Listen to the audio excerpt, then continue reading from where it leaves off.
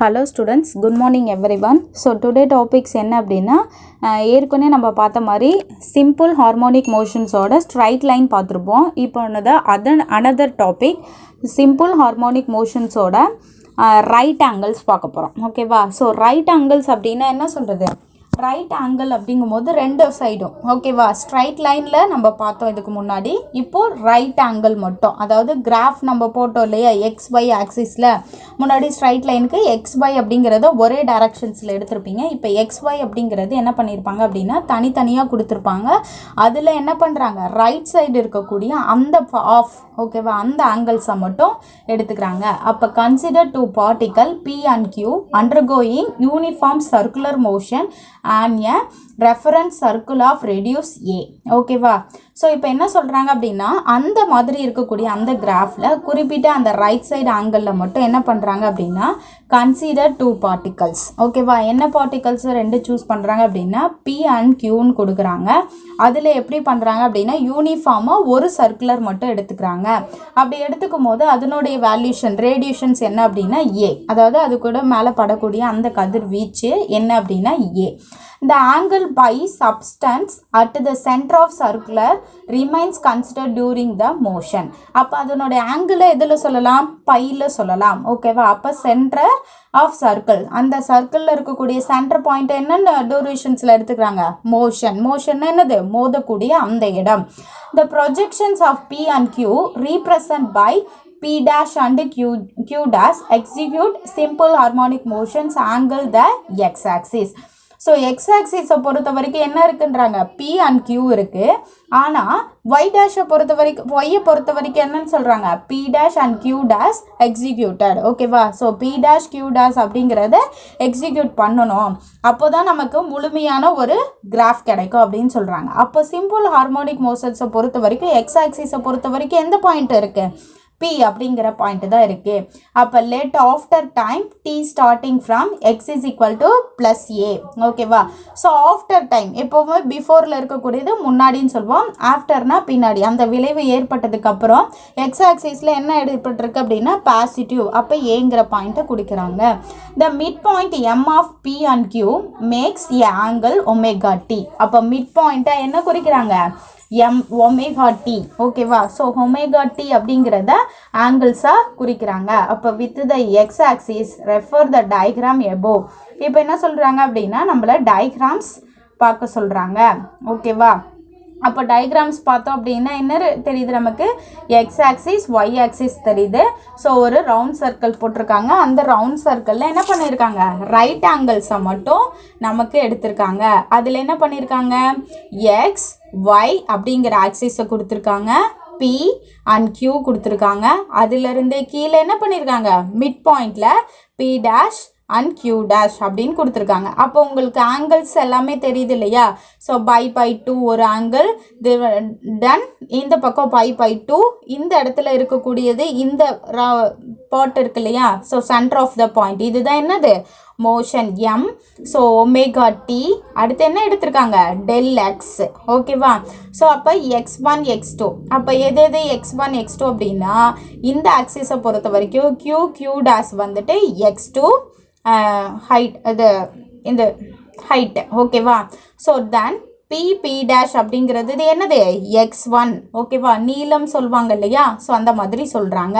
அப்போது எம்மை பொறுத்து Pக்கு போட்டோம் அப்படின்னா பை 2, அதே மாதிரி Qவை பொறுத்து M வரைக்கும் போட்டோனாலும் பை 2. அப்போ இங்கேருந்து எக்ஸ் ஆக்சிஸ்லேருந்து எம்முக்கு போகக்கூடிய மோஷன்ஸ் மட்டும் என்னென்னு எடுத்துக்கிறாங்க, ஒமேகா டீன்னு எடுத்துக்கிறாங்க. ஸோ இப்போ ஈக்குவேஷன்ஸ்குள்ளே போகலாம். என்ன எடுத்துக்கோம், x1 is equal to A cos omega T minus pi 2ன்னு எடுத்துக்கிறாங்க. அடுத்து x2 is equal to A cos omega T plus pi 2 அப்படின்னு எடுத்துருக்காங்க. ஏன்னா ஏன் இந்த தடவை x1 x2 எப்பவுமே xyன்னு தானே எடுப்போம் அப்படின்னு நீங்கள் கொஷின்ஸ் கேட்கலாம். ஏன் எடுத்திருக்காங்க அப்படின்னா ரெண்டுமே ஒரே பார்ட்டிகல்ஸில் இருந்து தான் எடுத்திருக்காங்க. ஓகேவா? ஒரே பார்ட்டிக்கல் தான், அதனால் வந்துட்டு உங்களுக்கு சேமாக ஒரே பக்கம் இருக்கிறதுனால x1 x2 அப்படின்னு எடுத்துட்டாங்க. இப்போது the distance del X between P dash and Q dash is then. So அதனுடைய டிஸ்டன்ஸ் என்னன்னு கன்சிடர் பண்ணியிருக்காங்க, டெல் எக்ஸ் இல்லையா? ஸோ ரெண்டுக்கும் Q dashக்கும் P dashக்கும் இடைப்பட்ட தூரம் என்னென்னு எடுத்திருக்காங்க, del x ஓகேவா. ஸோ அப்போ del x, அப்போ del x is equal to என்ன ஃபார்முலா, அந்த மாடர்ன் இருக்கு இல்லையா, மாடிஃபிகேஷன் சொல்லுவோம். So x1 minus x2 is equal to அதுக்குள்ள a modification a cos omega t minus pi by 2 another omega t plus pi by 2 bracket closed. ஏன்னா ரெண்டுமே இதில் தான் எடுத்திருக்கோம், காஸில் தான் எடுத்திருக்கோம். அப்போ யூஸிங் த டெரிக்னோமெட்ரிக் ஐடென்டிட்டி, டெரிக்னோமெட்ரிக் அப்படின்னா என்னது, முக்கோணவியல் அப்படின்னு சொல்லுவோம் இல்லையா. ஸோ அதனுடைய ஃபார்முலா என்ன அப்படின்னா cos a minus cos b is equal to minus 2 sin a plus b divided by 2 sin a minus b divided by 2 equations 2 can be written as. இப்போ என்ன பண்ணுறாங்க, இந்த ஃபார்முலா படி ஈக்குவேஷன்ஸ் 2வை எழுதுகிறாங்க. அப்போ மேலே இருக்க வேண்டிய ஈக்குவேஷன்ஸ் என்ன 1. அப்போ அந்த ஈக்குவேஷன்ஸ் எப்படி மாறும் அப்படின்னா modification del x is equal to 2a sin, காசுக்கு பதிலாக என்ன எடுத்துருக்காங்க sin pi by 2 sin omega t. ஓகேவா. ஸோ என்ன பண்ணியிருக்காங்க அப்படின்னா உங்களுக்கே தெரியும், மல்டிப்ளிகேஷன்ஸ் பண்ணியிருக்காங்க. is next del x is the maximum when sin omega t is equal to plus or minus 1. என்ன இதில் ரெண்டுமே எப்படி இருக்கு, plus or minusல இருக்கு.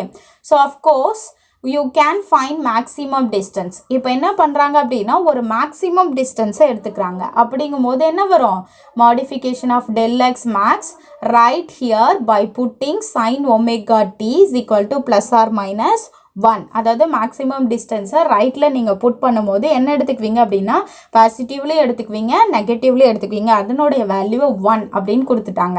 அப்போ del x maximum is equal to என்னன்னு பண்ணலாம், 2a sin pi by 2 மட்டும் தான் வரும். ஒமேகா டிக்கு பதிலாக நீங்கள் 1ன்னு சப்ஸ்டியூட் பண்ணிங்கன்னா வெறும் என்ன மட்டும் வரும் ஈக்குவேஷன்ஸ்லேருந்து sin pi by 2 மட்டும் தான் வரும். அப்போ substituting for del x max elders the result pi is equal to pi by 3. பையோட வேல்யூ என்ன சொல்கிறாங்க pi by 3. அப்போ but my interest is somewhere hells. So இதனுடைய இன்ட்ரெஸ்ட்டை பொறுத்த வரைக்கும் சம்வேர் ஹெல்ஸாக இருக்கும். அப்போ modifications del x is maximum when sin omega t is equal to plus or minus 1 அப்படிங்கிறது என்னவாயிடுச்சு, ட்ரூவாயிடுச்சு. அப்போது omega t is equal to pi by 2ன்னு கொடுத்தீங்கன்னா உங்களுக்கு மாறும்போது என்னவா மாறும், sin omega tக்கு பதிலாக 3 pi by 2ன்னு வருமா. இங்கே ஆல்ரெடி என்ன கொடுத்தோம், நமக்கு பை வேல்யூ pi by 3 இல்லையா. அப்போ என்ன வரும் 3 pi divided by 2. ஓகேவா. So next 2 pi divided by tன்னு கொடுக்குறீங்கன்னா இஸ் ஈக்குவல் டு என்ன வரும் pi by 2ன்னு வெளியே வரும். அப்போ 3 by 2 அப்படியே வரும். ஓகேவா. ஸோ நெக்ஸ்ட்டு டீயை மட்டும் வெளியே எடுத்துக்கிறோம் அப்படின்னா t divided by 4 டைம்ஸா. அப்போ t is equal to என்ன வரும் 3t divided by 4. எல்லாமே எதை பொறுத்து நம்ம பண்ணுறோம் அப்படின்னா அந்த டைமிங்கை பொறுத்து தான் ஈக்குவேஷன்ஸ் அமையும் அப்படின்னு சொல்கிறாங்க. அப்போ now in time t divided by 4 அப்படிங்கிறது எந்த பாயிண்ட்டை பொறுத்து அமைக்கும் அப்படின்னா மிட் பாயிண்ட். ஓகேவா. மிட் பாயிண்ட்டுங்கிறது எது, மோஷன்ஸ் நடந்துச்சு இல்லையா டயக்ராம்ஸில். ஸோ இந்த m அப்படிங்கிற ஒரு ரெட் கலரில் கொடுத்துருக்காங்க இல்லையா, அந்த பாயிண்ட்ஸை பொறுத்து தான் அமையும் அப்படின்னு சொல்கிறாங்க. ஓகேவா. see again the diagram on the top. ஓகேவா. அந்த டயக்ராமுடைய டாப்பில் கொடுத்துருக்க அந்த எம்மை பொறுத்து மோஷனை பொறுத்து அமையும் அப்படின்னு சொல்கிறாங்க. அப்போ கம்ப்ளீட்ஸ் 1/4 ஆஃப் ரிவல்யூஷன்ஸ். இதில் எத்தனை ரிவல்யூஷன்ஸ் இருக்கும் அப்படின்னா 4 ரிவல்யூஷன்ஸ். ஸோ ஆல்ரெடி என்ன சொல்கிறாங்க, டெர்க்னோமெட்ரிக்கோட முக்கோணவியல் அமைப்பில் தான் அமையும். ஸோ உங்களுக்கு 4 விதமான ரிவல்யூஷன்ஸ் கிடைக்கும், மதிப்பு கிடைக்கும் அப்படின்னு சொல்கிறாங்க. m considers with y axis. இப்போ m கொண்டு போய் நம்ம y axisஸை பொறுத்து கன்சிடர் பண்ணுறோம் அப்படின்னா என்ன நம்மையும் p and q are equidistant from y axis, so are p dash and q dash. அப்போ y axisஸை பொறுத்த வரைக்கும் என்ன எழுதுவோம் p dash and q dash from the mean positions. ஓகேவா. மீன் பொசிஷன்ஸ் அப்படின்னா என்ன சொல்கிறது, நடுத்தர பகுதி அப்படின்னு சொல்லுவான். the same as true for t is equal to, அப்போ என்ன ஃபார்முலா வரும், டைமை பொறுத்து ஆல்ரெடி நமக்கு t by 4 அப்படிங்கிறது தான். அப்போ நமக்கு 3 revolutions இருக்கு இல்லையா ஆல்ரெடி. ஸோ அப்போ 3t divided by 4. So it was been proofed that. ஓகேவா. இதை என்ன பண்ணிட்டீங்க, ப்ரூஃப் பண்ணிட்டீங்க அப்படிங்கிற மாதிரி நமக்கு கொடுத்துருக்காங்க. when at maximum separations the two particles executing simple harmonic motions with the same amplitude and the same frequency but with a phases different difference are always equidistant from the mean position and are moving in the same directions.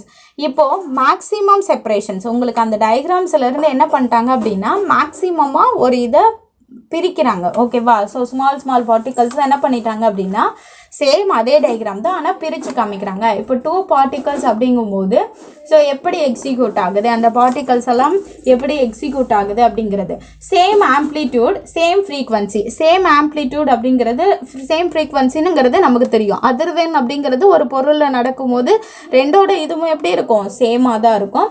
அதனுடைய பொசிஷனும் சேமாக தான் இருக்கும். அப்போ always equation பொசிஷனே அங்கே ஈக்குவலாக இருக்கும் போது அப்போ டைரக்ஷன் மூவ் ஆகக்கூடிய அந்த டைரக்ஷன்ஸ் எப்படி இருக்கும், சேமாக தான் இருக்கும் அப்படின்னு சொல்கிறாங்க. அப்போ this can further be determines by the following diagrams. So நீங்கள் என்ன பண்ணணும் அப்படின்னா டயக்ராம்ஸை ஃபாலோ பண்ணால் போதும். As P and Q approach toward y-axis, the distance del x between P and Q increase. இப்போ y-axis பொறுத்து நீ del x increase பண்ணோம் அப்படின்னா அப்போ P and Q என்னவாகும், increase ஆகும். ஸோ டயக்ராம்ஸ் லிசன் என்ன பண்ணியிருக்காங்க அப்படின்னா அந்த இடத்துல இருக்கக்கூடிய எக்ஸ் ஒய் எடுத்துட்டாங்க. ஒரு டயக்ராம்ஸ் ஃபஸ்ட்டு PQக்கு போடுறாங்க. ஓகேவா? அந்த எக்ஸோ டெல் எக்ஸோ எதுவுமே காமனாக சொல்லாமல் x2 அப்படிங்கிற மாதிரிலாம் எதுவுமே ப்ரூவ் பண்ணாமல் ஸோ Pலேருந்து Qக்கு எப்படி போகுது அப்படிங்கிறது. ஓகேவா? நெக்ஸ்ட் டெல் எக்ஸை ப்ரூவ் பண்ணியிருக்காங்க. Q டேஷ் P டேஷோட டிஸ்டன்ஸ் தான் டெல் எக்ஸ். அப்போ Pலேருந்து Qக்கு எப்படி போகுது, அதுலேருந்து மோஷன்ஸ் ஆகி அதாவது இடைப்பட்ட தூரம் என்ன, எவ்வளோ வேகத்தில் அது மோதிச்சு, ஸோ என்ன மாதிரியான உங்களுக்கு டயக்ரோனேஷன்ஸ் பண்ணியிருக்காங்க, அதாவது எப்படி பிரியுது அப்படிங்கிறத இந்த டயக்ராமில் காட்டியிருக்காங்க. Del x is maximum when P and Q are ஈக்குவலன்ஸ்ட் ஃப்ரம் த மீன் பொசிஷன்ஸ். இப்போ இந்த ரெண்டு பொசிஷன்ஸையும் நீங்கள் எடுத்து போட்டிங்க அப்படின்னா உங்களுக்கு எப்படி அமையும் அப்படின்னா இந்த M மாதிரி ஒரு பொசிஷன்ஸ் கிடைக்கும் அப்படின்னு சொல்கிறாங்க. ஓகேவா? So after that distance between P dash and Q decrease again. So இப்போ என்ன சொல்கிறாங்க அப்படின்னா P டேஷும் Q டேஷும் பொறுத்து டிக்ரீஸ் ஆச்சுன்னா வேல்யூஸ் அப்போ distance between P dash Q டேஷில் எப்படி வரும், இஸ் த 0. அப்போ பொசிஷன்ஸ் எப்படி வரும், அகெயின்ஸ்டாக வரும் இல்லையா? அப்போது இஸ் த 0 அப்படிங்கும்போது when P and Q are equals from x axis and are moving in opposite directions. இப்போ என்ன ஆகிறோம், Pயும் Qவும் வேல்யூஸ் டிக்ரீஸ் ஆகுது அப்படின்னா அப்போ P பொசிஷனும் Q பொசிஷன்ஸ் என்னவாகும், ஆப்போசிட் டைரக்ஷன்ஸில் பார்ட்டிகல்ஸை மூவ் பண்ண ஆரம்பிக்கும் அப்படிங்கிறத போட்டிருக்காங்க. ஓகேவா? Time to wind up. ஓகேவா? So the maximum separations according to the questions is equal to amplitude A. This means the particle are at distance A divided by 2 on either side of the mean positions. So இதில் பொறுத்த வரைக்கும் எது மீன் positions, அந்த distance தான் அப்படின்னு சொல்கிறாங்க. ஓகேவா? So listen the diagram. இப்போ எப்படி எடுத்திருக்காங்க, PQக்கும் இடையில ஸோ கீழே என்ன இருக்கு, அப்போ ஆப்போசிட்டில் P dash Q dash அதுதான் என்னது A/2 அப்போ மாறும்போது உங்களுக்கு என்ன ஆகும், பையோட வேல்யூ மாறும் இல்லையா? இப்போது A/2 அதாவது Pயோட டிஸ்டன்ஸை பொறுத்த வரைக்கும் நமக்கு என்னன்னு தெரியும், π/3ன்னு தெரியும். அப்போ இங்கே டிஸ்டன்ஸ் 2 இருக்கு இல்லையா? அப்போ π/6. அப்போ டைரக்ஷன்ஸ் எப்படி இருக்கு, நேராக இருக்குது. அப்போ a distance A/2 from the mean positions corresponding to angle difference. இப்போ இந்த இடத்துல என்னவாயிடுச்சு, டிஃப்ரெண்ட் ஆயிடுச்சு, π/6க்கு மாறிடுச்சு. அப்போ the total angle, the phase difference between the two particle is the tweets of this π/3. ஒன்று மட்டும் நம்ம கால்குலேட் பண்ணோம் அப்படின்னா π/3. ரெண்டு ஆங்கிள்ஸு நீங்கள் கால்குலேட் பண்ணும்போது என்னவாயிடுச்சு, π/6 மாறிடுச்சு. let the first particle be at mean positions T is equal to 0 அப்படின்னு சொல்கிறாங்க. அப்போ ஈக்குவேஷன்ஸ் எப்படி வரும், சிம்பிள் ஹார்மோனிக் மோஷன்ஸை பொறுத்த வரைக்கும் x1 is equal to a sin omega tன்னு வரும். அப்போ செகண்ட் பார்ட்டிக்கலாக equation can be written as எப்படி வரும், x2 is equal to a sin omega t plus தீட்டான்னு வரும். அப்போ டிஸ்டன்ஸ் பிட்வீன் தம் ஃபார்முலா என்ன, மாடிஃபைக்கு எடுத்துக்கிட்டோமா, x2 minus x1 அப்போ is equal to a sin omega t minus sin omega t plus 0ன்னு எடுத்துப்பீங்களா? அப்போ ரெண்டும் என்னது, சைனை பொறுத்த வரைக்கும் நம்ம என்ன எழுதுவோம், காசுன்னு எழுதுவோம். அப்போ 2a cos omega t plus theta divided by 2ன்னு எழுதுவீங்க. அனதர் ஒன் சைனோட மல்டிப்ளை பண்ணுறாங்க தீட்டாவோட. அப்போ sin theta divided by 2ன்னு வரும். நமக்கு ஃபார்முலா தெரியலையா, a plus b divided by 2 அந்த ஃபார்முலா படி எழுதியிருக்காங்க. இஸ் நெக்ஸ்ட் அப்போ 2a sin theta divided by 2 காமனாக எடுத்துக்கிறாங்க.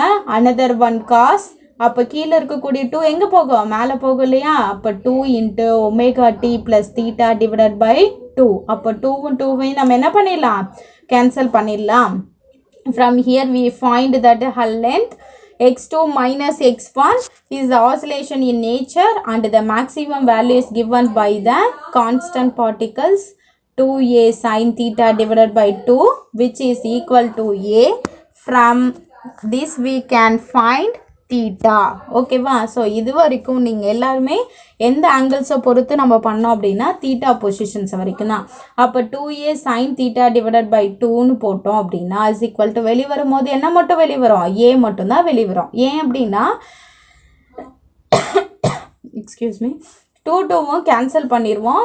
ஏ சைன் தீட்டா அப்படின்னா சைன் தீட்டாவோட வேல்யூ 1. ஸோ அப்போ இன்ட்டு பண்ணும்போது ஏ மட்டும்தான் வெளியே வரும். அப்போ தீட்டா இஸ் ஈக்குவல் டு என்னென்னு எழுதலாம், π/3ன்னு எழுதலாம். ஓகேவா. ஸோ தீட்டாவோட வேல்யூ என்ன சொல்கிறாங்க அப்படின்னா π/3. சைன் ஆஃப் தீட்டா பொறுத்த வரைக்கும் 1, வெறும் தீட்டா அப்படின்னா π/3. ஓகேவா. Thank you so much.